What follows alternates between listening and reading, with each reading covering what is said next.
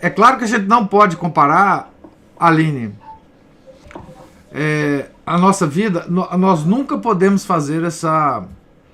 cometer esse erro quando a gente está lendo a vida de uma alma escolhida.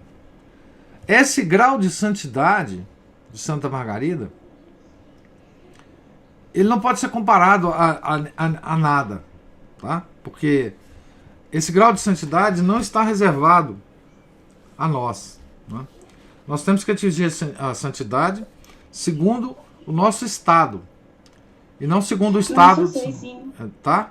Então, veja, com tudo que está ocorrendo conosco hoje, tá certo? Deus está nos chamando a um certo grau de santidade segundo as condições que nós temos hoje. Então, nós temos que lutar com as almas que nós temos, tirando tudo que nós podemos do exemplo dos santos, mas aplicá-los, esses exemplos, à nossa vida concreta.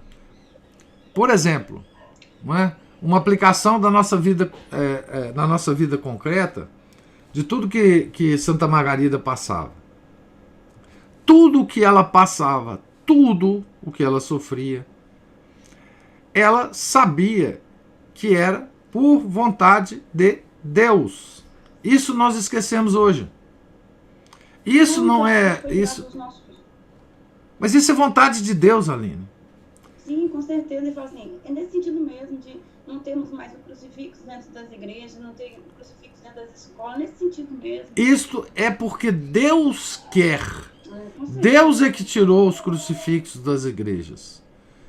Deus é que fez isso com a gente.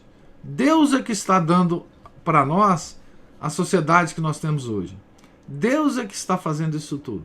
Nós nunca podemos esquecer isso. E isso já é um exemplo dos santos, que nós devemos seguir.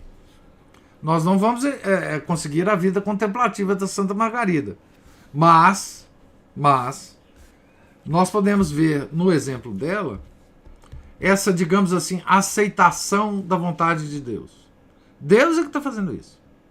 Não, nada acontece no mundo, nem na nossa vida particular, que não seja da vontade de Deus. E nós temos que tratar isso desta forma. Exatamente dessa forma.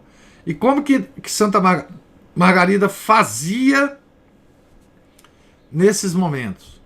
Ela se ajoelhava diante do crucifixo e rezava. É o que nós temos que fazer. É exatamente isso. Não tem outra forma. Então, o exemplo externo de Santa Margarida, nós podemos seguir, dos santos de um modo geral.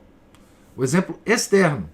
Agora, essa vida contemplativa, essa não dá.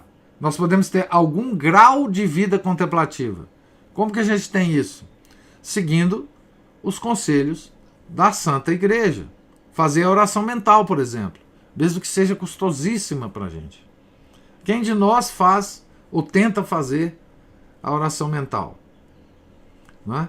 Isso nós podemos fazer, com graus de sucesso absolutamente diversos. Então, a gente tem que observar a vida do santo, não na sua vida interna de contato com o Nosso Senhor. Ninguém, quer dizer, enfim, o contato que Santa Margarida tinha com o Nosso Senhor Jesus Cristo era especialíssimo. Não adianta querer replicá-lo. Mas a atitude dela em relação à vida, essa nós podemos ter. E é isso que no exemplo dos santos é importante para nós. É a atitude, digamos assim, a orientação que ele dá à sua vontade e inteligência.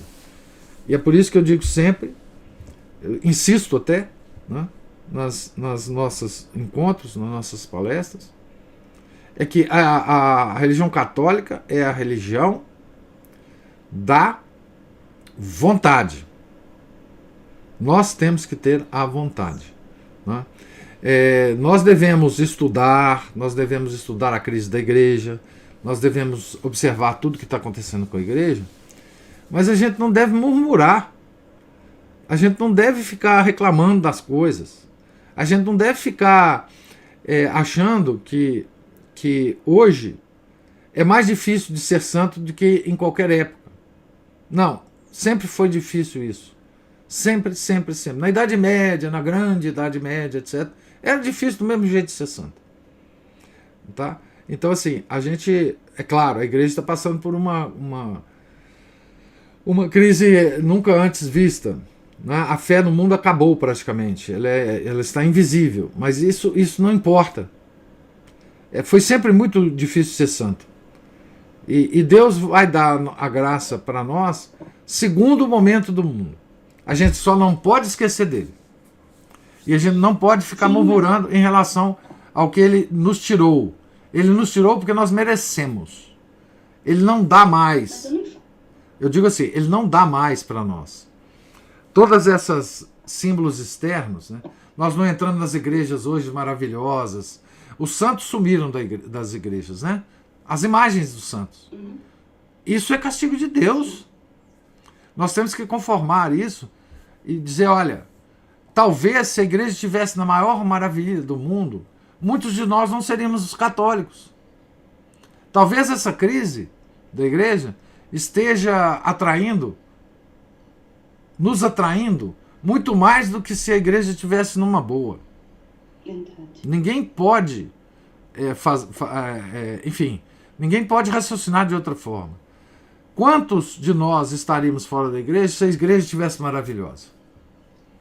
Se os papas estivessem condenando os erros, se os papas estivessem em briga constante com o mundo, quantos de nós não estaríamos fora da igreja? Então, esses desígnios de Deus, eles devem ser sempre respeitados por nós. E, sem reclamar, nós rezarmos diante do crucifixo.